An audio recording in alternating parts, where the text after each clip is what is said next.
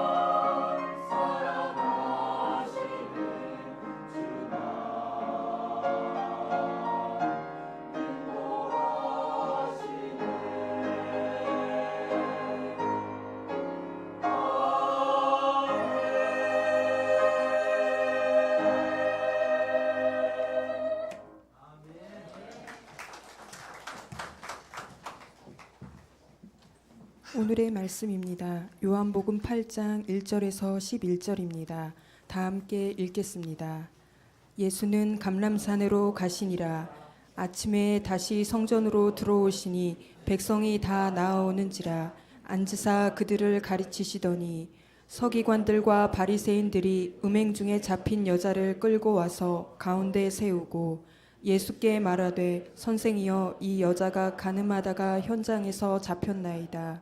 모세는 율법에 이러한 여자를 돌로 치라 명하였거니와 선생은 어떻게 말하겠나이까. 그들이 이렇게 말함은 고발할 조건을 얻고자 하여 예수를 시험함이러라. 예수께서 몸을 굽히사 손가락으로 땅에 쓰시니 그들이 묻기를 마지 아니하는지라.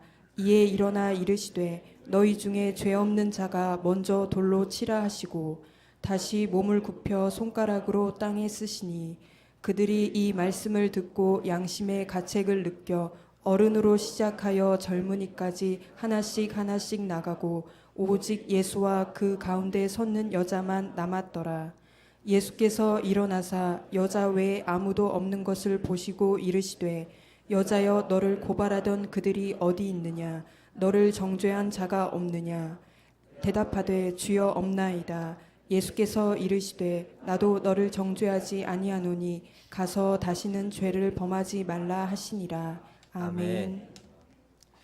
그 제목을 같이 한번 읽어보겠습니다. 예, 시작. 예, 오늘은 저 여러분들이 예방주사 한 대 맞는 날로 생각하시면 감사하겠습니다. 예. 그 어떤 부부가 결혼 10주년을 맞이해서 호텔을 예약했다고 합니다. 근데 이분들이 애들은 다 컸기 때문에 맡겨놓고 그날 하루는 쇼핑도 하고 의미 있는 시간을 이렇게 보내기 시작했습니다. 그리고 저녁에 호텔 방을 올라가는데 엘리베이터 안에서 아는 사람을 만난 거예요. 그 사람이 자기 교회 집사였습니다. 그런데 그분 옆에 딴 여자가 팔짱을 딱 끼고 있는 겁니다.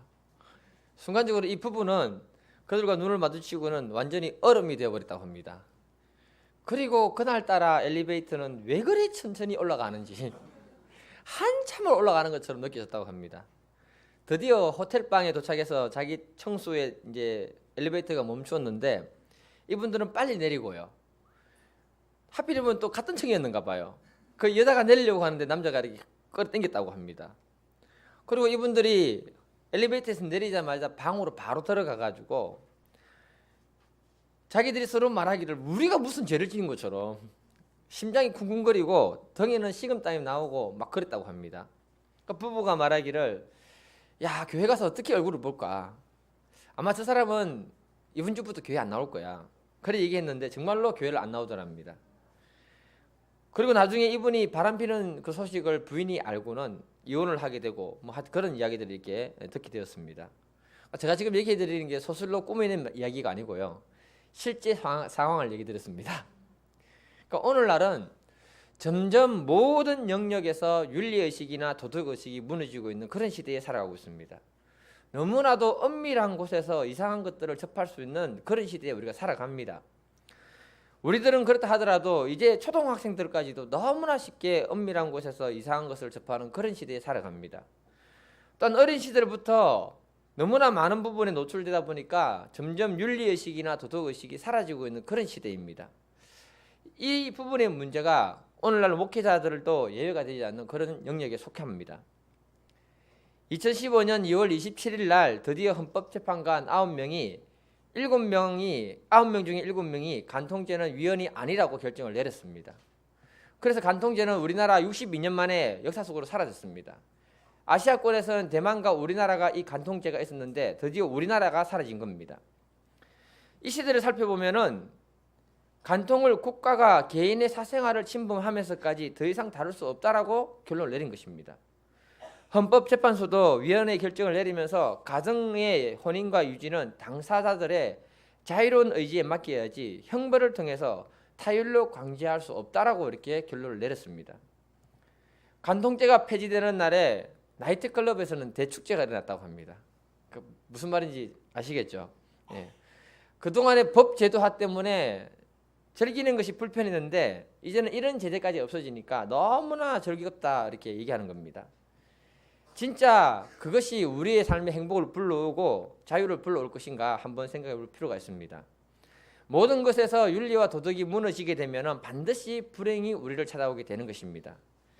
이런 시대를 살아가다 보니까 절대 가치 기준으로 살아가는 하나님 말씀과 오늘날 이 시대의 흐름은 역행하고 있는 그런 시대에 살고 있습니다. 그래서 동성애라든지 이런 많은 부분의 문제가 오늘날 심각하게 우리 옆에 다가와 있습니다. 로마서 12장 2절을 보면 너희는 이 세대를 본받지 말고 오직 마음을 새롭게 함으로 변화를 받아 하나님이 기뻐하시고 온전하신 뜻이 무엇인지 분별하도록 하라. 하나님 말씀은 이 시대의 말씀을 통해서 분별해서 무엇이 옳고 그른지를 아는 삶을 살도록 요구하고 있습니다. 오늘 말씀을 통해서 이 말씀이 우리에게 주는 교훈을 우리의 마음에 잘 영접하고 우리의 삶과 행복을 아름답게 잘 지켜나갈 수 있기를 간절히 기도드립니다. 우리 첫 번째 우리 소제목 한번 읽어보겠습니다. 예, 시작. 첫 번째 소제목입니다. 같이 한번 읽어보겠습니다. 시작. 오늘 본문의 내용은 우리들이 너무나 잘 알고 있는 내용입니다. 그러니까 오늘 이 본문의 내용의 배경을 보면은 7장의 초막절 행사하고 연결되어 있는 부분입니다. 초막절이라는 명절이 끝날 때 마지막 날에 가늠하다 잡힌 여자를 소개해주고 있는 내용입니다. 어느 시대든지 간에 축제의 분위기는 사람의 마음을 붕 뜨게 만듭니다. 그리고 그 뒤에는 반드시 악한 것들이 역사하는 것들이 많습니다. 그래서 파티나 어떤 축제 뒤에는 엄난한 문제들이 많이 등장하게 되어 있습니다. 그런데 저는 오늘 이 본문에 나오는 이 여인은 혹시 창녀가 아니었을까 이렇게 추정을 합니다. 왜냐하면은 본문의 내용의 그 설정 배경이 다소 의도적인 것이 굉장히 많습니다. 가늠한 사람은 여자만 하는 게 아니고 남자도 같이 있어야 됩니다. 근데 남자는 잡히지 않고 여자만 잡아서 왔다는 것도 굉장히 의심스럽고요. 그리고 간음죄가 성립되려면 남편이 있어야 됩니다. 맞잖아요. 예. 오늘 본문 3절에 보게 되면 음행 중에 잡힌 여자라 얘기했고요. 4절에서는 예수님께 말할 때는 선생이 이 여자가 간음하다가 잡혔다라고 말합니다. 간음하다가 잡혔다면 서기관과 바리새인들이 이 여자를 예수님께 데려오기보다는 먼저 그 남편이 이 여자를 사람들 앞에 데려와야 되는 것이 정상입니다. 레위기 20장 10절을 보게 되면요.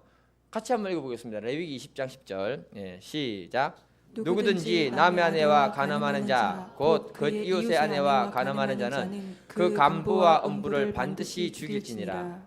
유대 사회 속에는 간음한 남자, 간음한 여자를 같이 죽이라고 했습니다.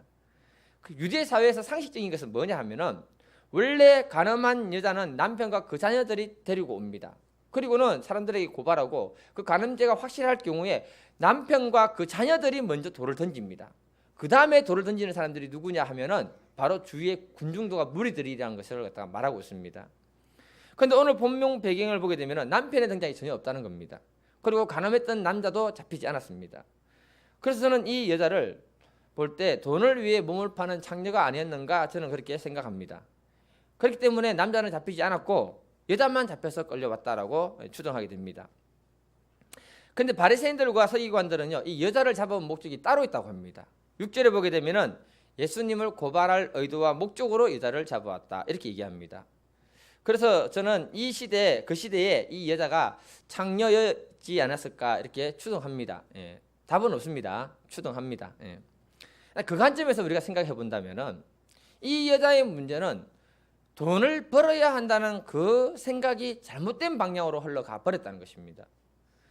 돈을 쉽게 벌기 위해서 자신의 몸을 팔았는데, 다시 말해서 이 여자 입장에서는 돈만 벌 수 있다면 윤리도 필요 없고 도덕도 필요 없다 이런 관점에 가는 겁니다. 윤리와 도덕이 나를 밥 먹여주지 않는다, 이 사상이 그녀의 마음속에 자리 잡고 있었다라고 생각합니다.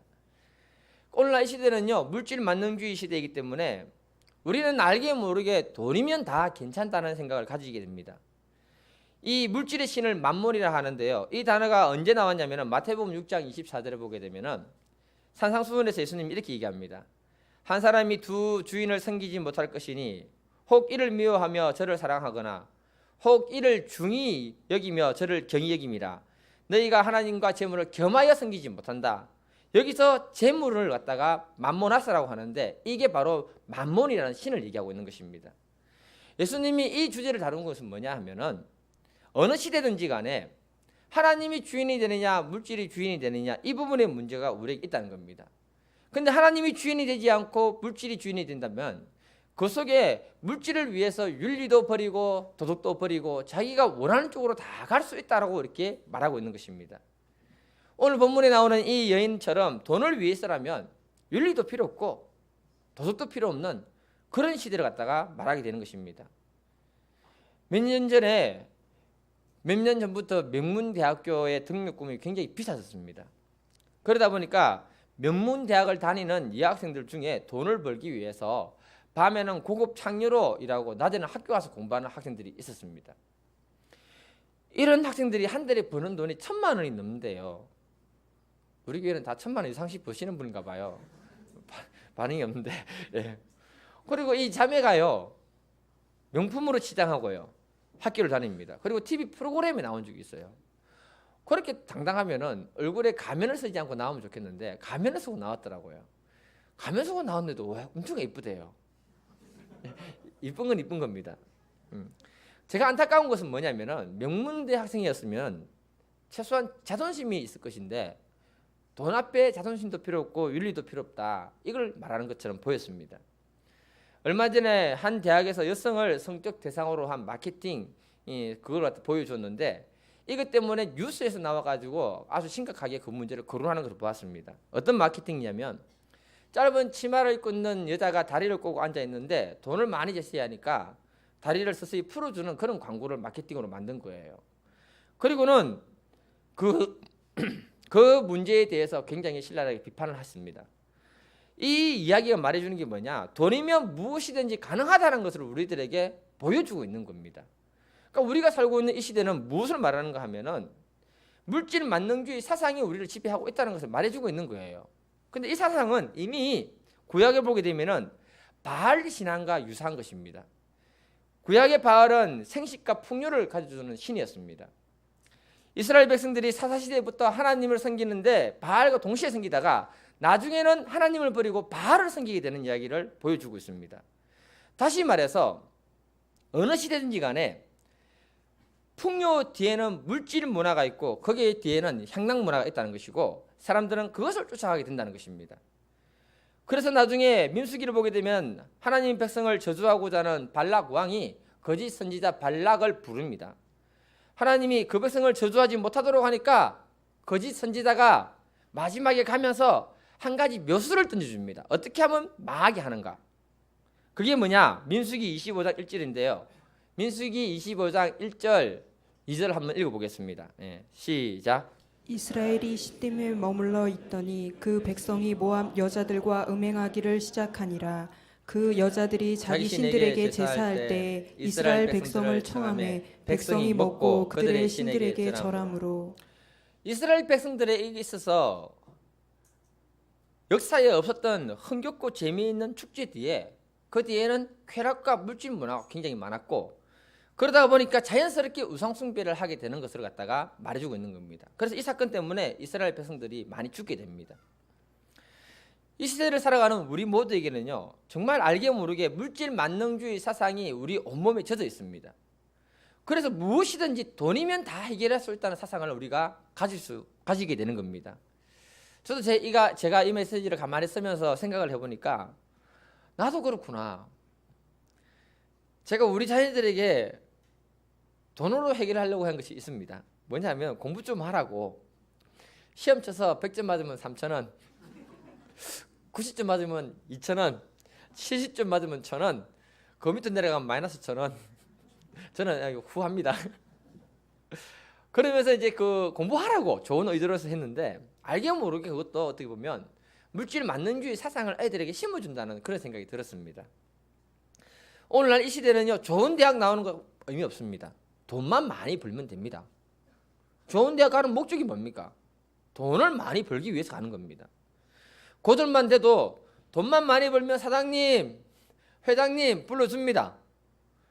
돈만 많이 벌면요, 중졸도 고졸 박사들까지도 고용해서 사용할 수가 있습니다. 돈으로 시작해서 모든 계급 구조가 결정되는 그런 시대에 우리는 살아가고 있습니다. 인정하십니까, 여러분?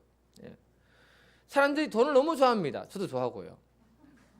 돈의 유혹 앞에 윤리도 없고 도덕도 없는 그런 시대로 점점 가고 있습니다. 오늘날 뉴스를 보면은 정말 성범죄나 이런 많은 부분들이 문제가 거론되고 있습니다. 왜 그럴까요? 이 시대의 물질 만능주의 사상과 쾌락주의 시대라는 것을 이렇게 말해주고 있는 겁니다. 이런 문제에 빠지게 되면은 결국은 그 인생을 비극을 불러온다는 것을 말해주고 있는 겁니다. 오늘 본문의 요인도 보면 윤리의식이 사라졌을 때 결국은 수많은 사람들 앞에 수치를 당하고 죽어야 되는 그 위기에 직면하게 됐습니다. 점점 오늘날 이 시대에 이런 문제가 많이 생기고 있습니다. 한 사람의 인생이 좋은 이미지를 쌓아가는 데는 오랜 시간이 필요하고 오랜 시간이 걸립니다. 그러나 그 좋은 이미지가 한꺼번에 무너지는 것은 순식간이라는 것을 말해주고 있는 겁니다.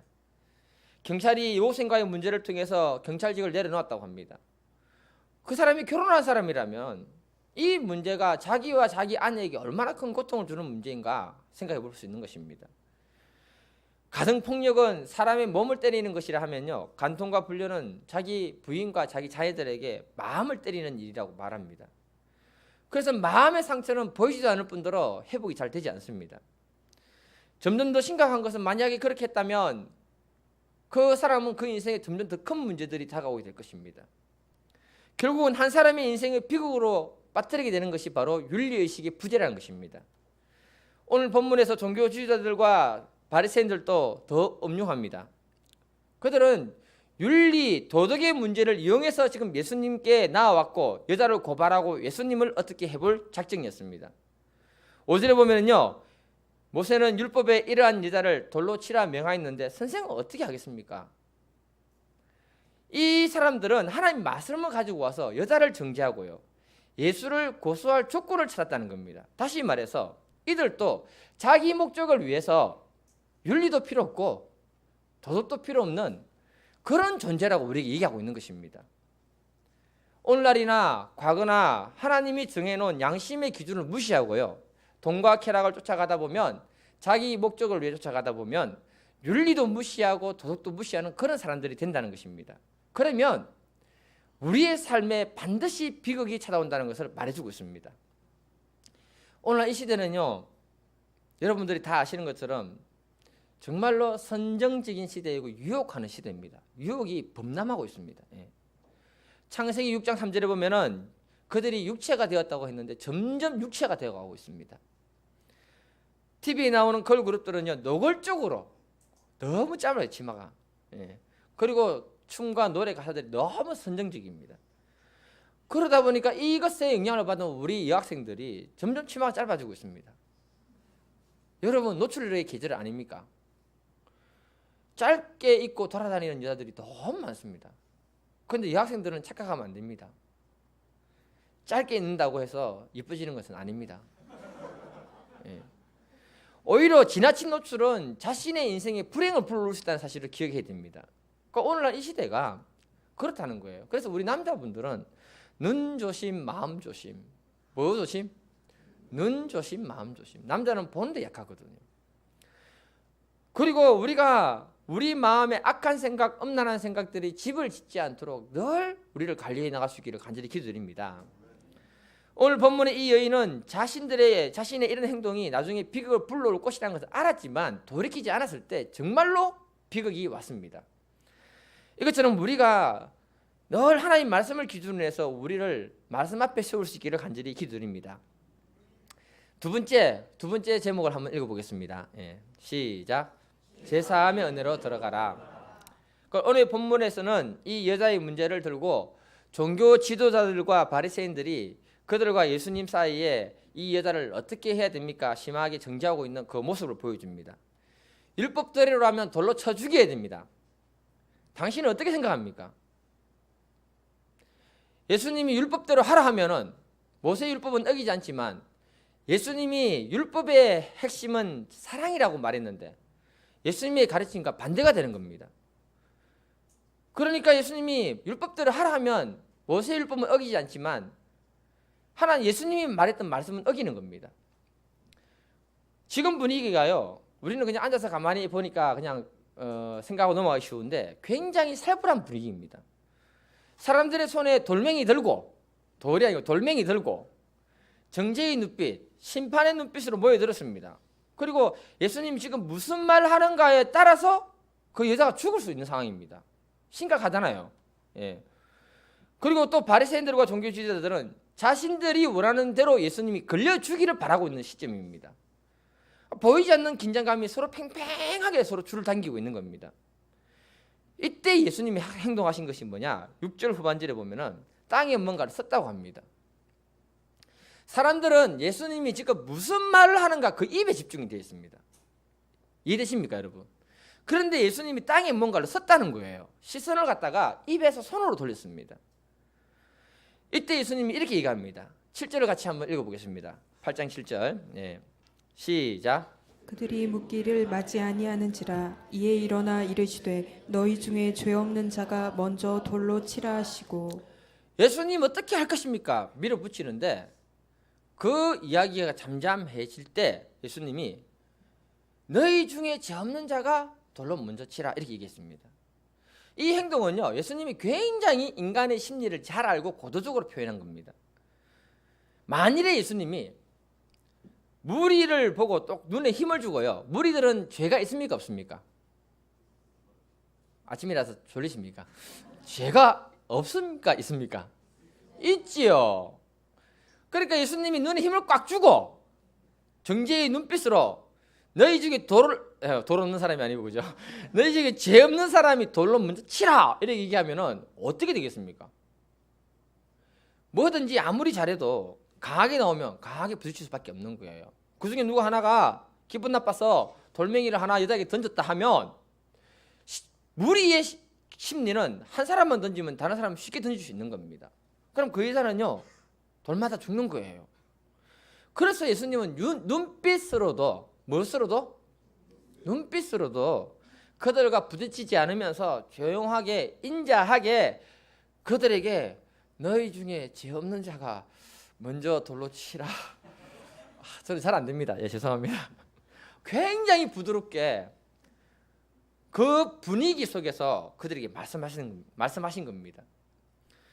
예수님과 여자를 제외하고는요 모든 사람들이 눈에서 강력한 레이저를 쏘았습니다. 정죄의 눈빛은 레이저 나옵니다. 예. 죽이려는 그 분위기 속에 있었다는 겁니다. 그리고 돌을 쥔 손에는 힘이 다 가득 들어가는 겁니다. 돈을 들고 힘이 안 들어갔다면 그것도 이상하거든요. 어느 세계든지 간에 고수와 하수는 있습니다, 여러분. 신앙의 고수는요 험악한 분위기를 잠잠하게 만들 수 있는 힘이 있다는 겁니다. 예수님처럼. 예. 신앙의 하수는요 아무리 신앙생활을 오래 해도 자신의 말과 행동으로 상대방을 충동질합니다. 그 점에서는 저는 아직 하수입니다. 예, 인정합니다. 운동선수들이 몸에 힘을 빼지 않고 운동을 하면 반드시 다친대요. 그래서 축구든지 야구든지 운동선수들은 온몸에 힘을 빼고 해야 다치지 않고 홈런을 날린다고 합니다. 이번에 메시 보니까 페널티킥 첫 번째 찼는데 골을 못 넣었습니다.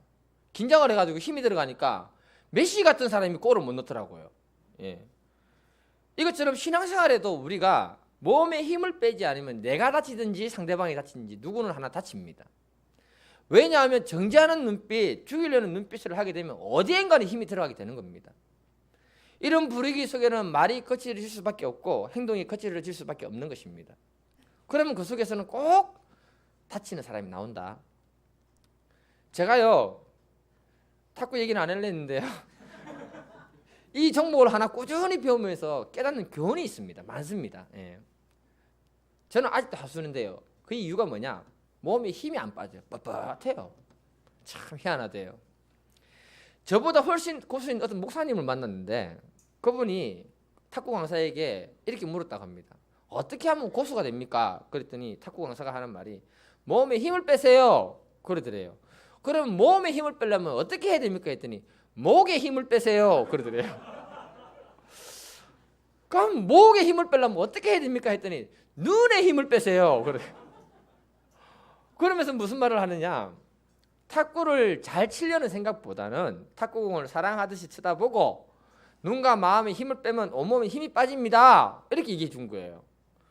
그때 목사님 깨달음이 왔대요.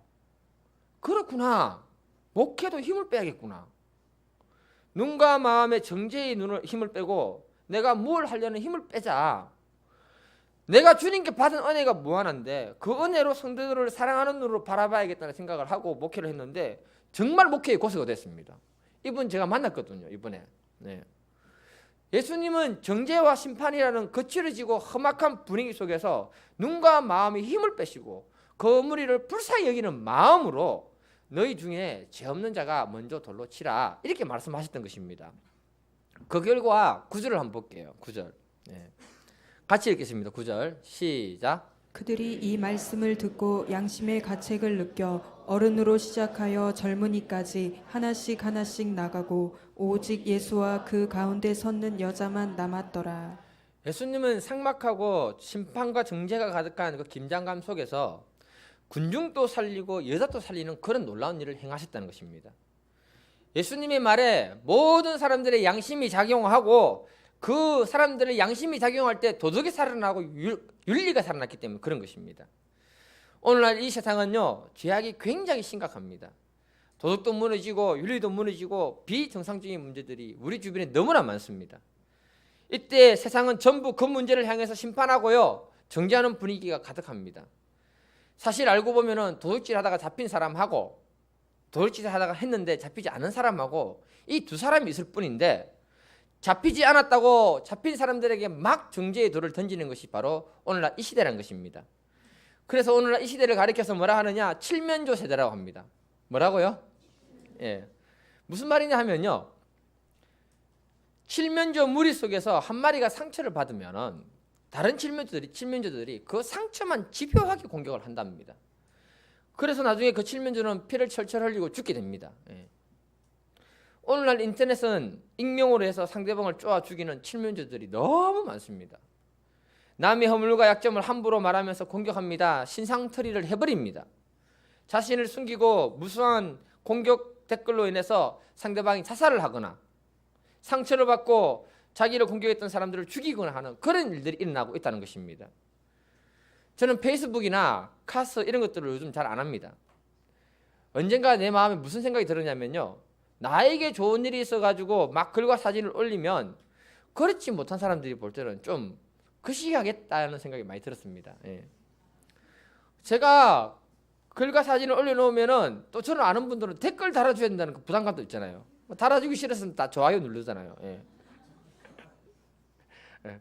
그러니까 반면에 어떤 분들이 어떤 글을 비판적으로 올려놓았을 때 어떤 사람은 동조해주거나 어떤 사람은 그 생각에 반대하는 얘기를 하거든요. 그래서 그 안에서 비판과 정죄의 전쟁터가 되어버리는 걸 봤습니다.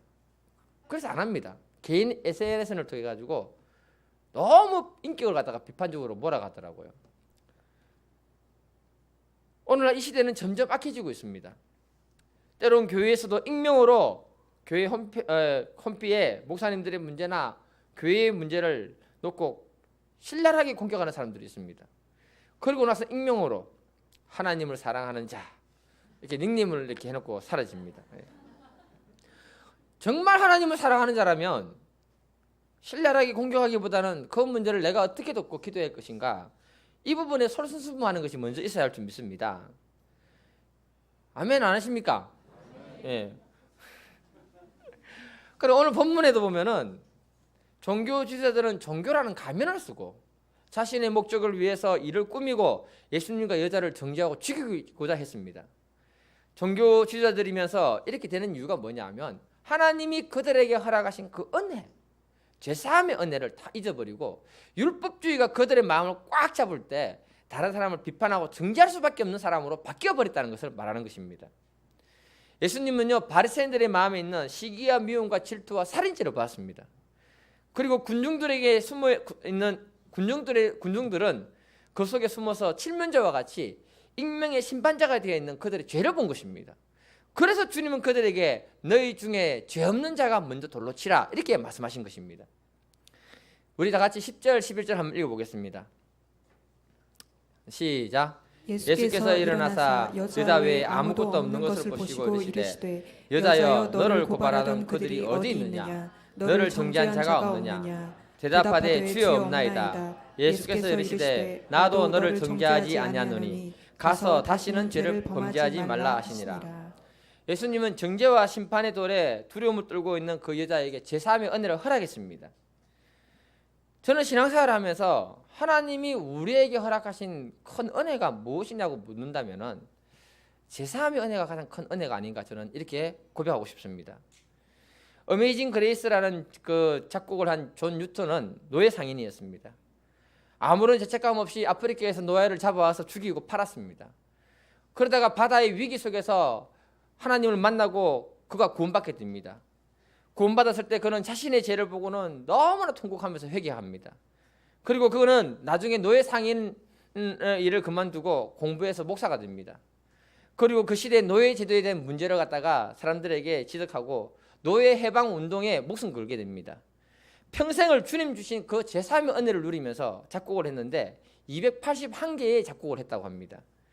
그때 지금의 나 같은 죄인 살리신 이 시를 작곡한 겁니다. 원래 제목은요, 믿음의 회고와 기대라는 그 제목이었다고 합니다. 자신의 삶을 쭉 돌아볼 때 하나님이 자기에게 허락한 그 제3의 은혜가 없었다면 자기가 그것이 없다는 겁니다. 그래서 그는 이 찬송을 쓰면서 가사를 보면 나 같은 죄인 살리신 주 은혜 놀라워 잃었던 생명을 찾았고 광명을 얻었네. 큰 죄악에서 건지신 주 은혜 놀라워 나 처음 믿은 그 시간 귀하고 귀하다. 이제껏 내가 산 것도 주님의 은혜라. 또 나를 장차 본향에 인도해 주시리니. 이 가사 내용만 봐도 굉장한 제3의 은혜가 그 심령에 있었다는 것을 잘 알 수 있습니다. 이 찬송은요, 남북 당시 남군과 북군이 전부 부른 노래였고요. 미국에 흑인 목사 마틴 루터가 I have a dream이라는 연설을 할 때 그곳에 모인 모든 흑인들이 불렀던 찬송가라고 합니다. 그리고 심지어 남아프리카 공화국 만델라가 감옥에서 석방될 때 모든 백성들이 이 노래를 불렀다고 합니다. 이 노래의 힘은 바로 뭐냐면요, 제3의 은혜를 아는 사람만이 부를 수 있는 이 찬송이라는 거예요. 이 찬송이 불러진 곳에는요, 전쟁도 없고 미움도 없고 갈등도 다 사라졌다는 겁니다. 마치 너희 중에 죄 없는 자가 돌로 먼저 치라 말씀하셨던 것처럼 이 말을 듣고 모든 사람들이 돌을 놓고 갔듯이 이 찬양이 있는 곳에는 우리 주님이 허락한 그 제3의 은혜만이 가득하다는 것을 말하고 있는 겁니다. 우리가 이 시대를 살아가면서 깊이 받아 누려야 되는 것은 뭐냐? 주님이 나에게 허락한 그 제3의 은혜를 깊이 받아 누릴 수 있기를 바랍니다. 그러면 사람과 사람 사이의 갈등, 사람과 하나님 사이의 갈등이 다 해결되고 정죄와 심판으로부터 점점 멀어지게 되는 줄 믿습니다. 예수님은 이 사건을 통해서 그 여인에게 죄의 심각성을 가르쳐 주셨고요. 두 번째는 예수님이 이 여인에게 제3의 은혜가 무엇인지를 가르쳐 주었습니다. 그래서 여자여 너를 고발하는 자가 어디 있느냐? 나도 너를 정죄하지 아니하노니 다시는 범죄하지 말라. 이렇게 말씀하신 것입니다. 오늘날 이 시대는요, 어느 누구도 큰 수를 칠 수 없는 그런 유혹이 강한 시대입니다.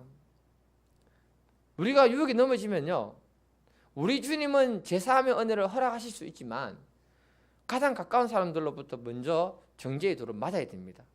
왜? 그곳에 예수님이 없기 때문에 그렇습니다. 윤리의식의 부재는 곧 비극을 불러온다는 사실을 우리가 뼈에 새길 수 있기를 간절히 기도드립니다. 우리가 이걸 통해서 우리 가정을 지키고 우리 신앙을 지키고 하나님이 우리에게 허락한 행복을 지켜나갈 수 있기를 간절히 기도드립니다. 이 제3의 은혜가 우리에게 있다면 다른 사람들에게 정죄의 돌을 던지지 않는 줄 믿습니다. 그래서 정말 아름다운 주님의 공동체를 만들어갈 수 있기를 바랍니다. 우리들의 마음과 눈에 먼저 힘을 뺄 수 있기를 간절히 기도드립니다. 같이 우리 기도 한번 하겠습니다. 사랑의 아버지 하나님, 감사합니다. 참 이 시대를 살아가는 우리들 앞에 너무 유혹이 많습니다. 아버지, 이 유혹을 이길 수 있는 힘은 오직 주의 성령이 우리를 주관해 주시는 줄 믿습니다. 주님이 우리를 주관하지 않으면 이길 수 없습니다. 또한 아버지 하나님, 정말 우리가 다른 사람의 허물과 약점을 보고 정죄하고 판단하기 쉬운데 주님이 나에게 허락한 그 제3의 은혜를 깊이 누릴 수 있도록 도와주셔서 정말 아름다운 공동체를 만들어가게 해주시고 이 안에 생명의 역사, 구원의 역사가 날마다 일어날 수 있도록 도와주셔서 예수님의 이름으로 기도드립니다. 아멘.